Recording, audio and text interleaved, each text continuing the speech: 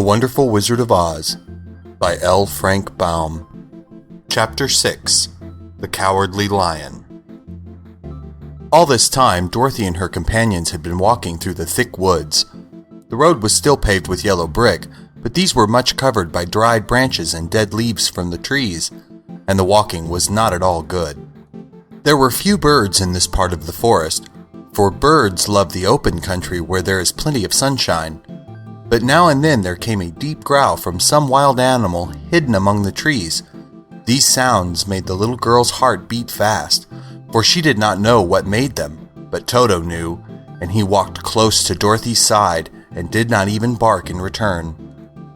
"How long will it be," the child asked of the Tin Woodman, "before we are out of the forest?" "I cannot tell," was the answer, "for I have never been to the Emerald City, but my father went there once, when I was a boy, and he said it was a long journey through a dangerous country. Although nearer to the city where Oz dwells, the country is beautiful. But I am not afraid so long as I have my oil can, and nothing can hurt the Scarecrow. While you bear upon your forehead the mark of the Good Witch's kiss, that will protect you from harm." "But Toto," said the girl anxiously, "what will protect him?" "We must protect him ourselves if he is in danger," replied the Tin Woodman.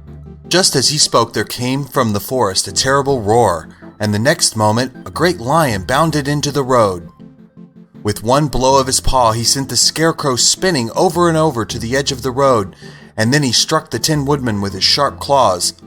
But, to the lion's surprise, he could make no impression on the tin, although the woodman fell over in the road and lay still. Little Toto, now that he had an enemy to face, ran barking toward the lion, and the great beast had opened his mouth to bite the dog when Dorothy, fearing Toto would be killed and heedless of danger, rushed forward and slapped the lion upon his nose as hard as she could, while she cried out, "Don't you dare bite Toto! You ought to be ashamed of yourself, a big beast like you, to bite a poor little dog!" "I didn't bite him," said the lion as he rubbed his nose with his paw where Dorothy had hit it. "No, but you tried to," she retorted. "You are nothing but a big coward."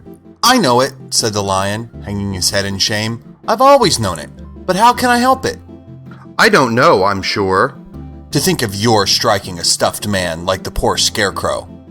"Is he stuffed?" asked the lion in surprise, as he watched her pick up the Scarecrow and set him upon his feet, while she patted him into shape again. "Of course he's stuffed," replied Dorothy, who was still angry. "That's why he went over so easily," remarked the lion. "It astonished me to see him whirl around so. Is the other one stuffed also?" "No," said Dorothy. "He's made of tin." And she helped the woodman up again. "That's why he nearly blunted my claws," said the lion. "When they scratched it against the tin, it made a cold shiver run down my back." "What is that little animal you are so tender of?" "He is my dog, Toto," answered Dorothy. "Is he made of tin or stuffed?" asked the lion. "Neither. He's, meat dog," said the girl. "Oh, he's a curious animal, and seems remarkably small. Now that I look at him, no one would think of biting such a little thing, except a coward like me," continued the lion sadly. "What makes you a coward?" asked Dorothy, looking at the great beast in wonder, for he was as big as a small horse. "It's a mystery," replied the lion. "I suppose I was born that way. All the other animals in the forest naturally expect me to be brave, for the lion is everywhere thought to be the king of beasts. I learned that if I roared very loudly, every living thing was frightened and got out of my way. Whenever I met a man, I've been awfully scared, but I just roared at him, and he has always run away as fast as he could. If the elephants and the tigers and the bears had ever tried to fight me, I should have run myself. I'm such a coward. But just as soon as they hear me roar, they all try to get away from me, and of course, I let them go." "But that isn't right. The king of beasts shouldn't be a coward," said the Scarecrow. "I know it," returned the lion, wiping a tear from his eyes with the tip of his tail. "It's my great sorrow. It makes my life very unhappy. But whenever there is danger, my heart begins to beat fast." "Perhaps you have heart disease," said the Tin Woodman. "It may be," said the lion. "If you have," continued the Tin Woodman, "you ought to be glad, for it proves you have a heart. For my part, I have no heart, so I cannot have heart disease."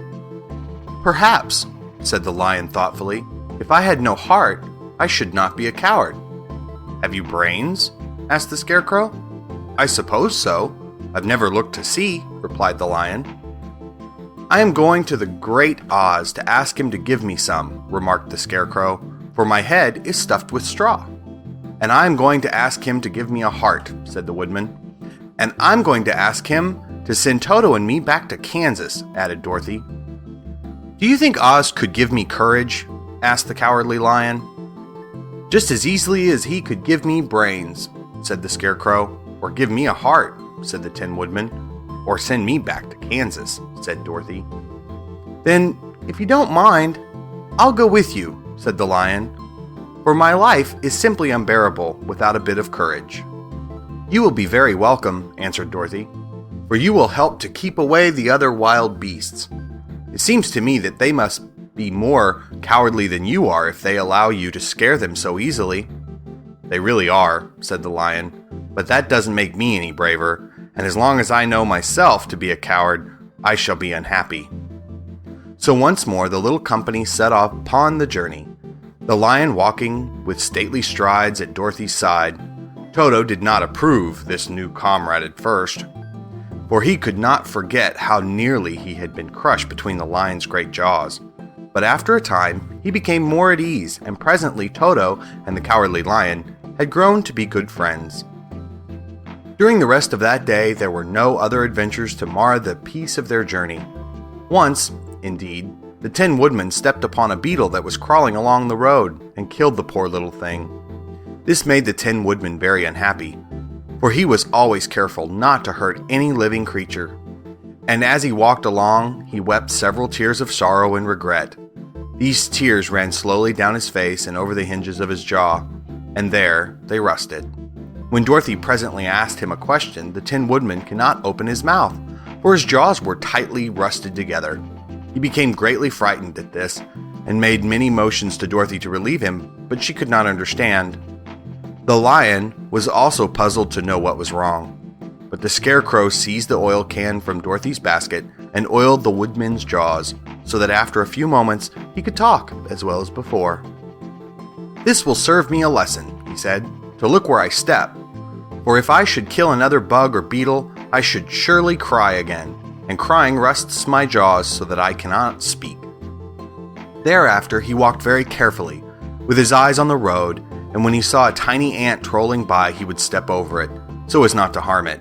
The Tin Woodman knew very well he had no heart, and therefore he took great care never to be cruel or unkind to anything. "You people with hearts," he said, "have something to guide you, and need never do wrong, but I have no heart, and so I must be very careful. When Oz gives me a heart, of course, I needn't mind so much." End of chapter 6.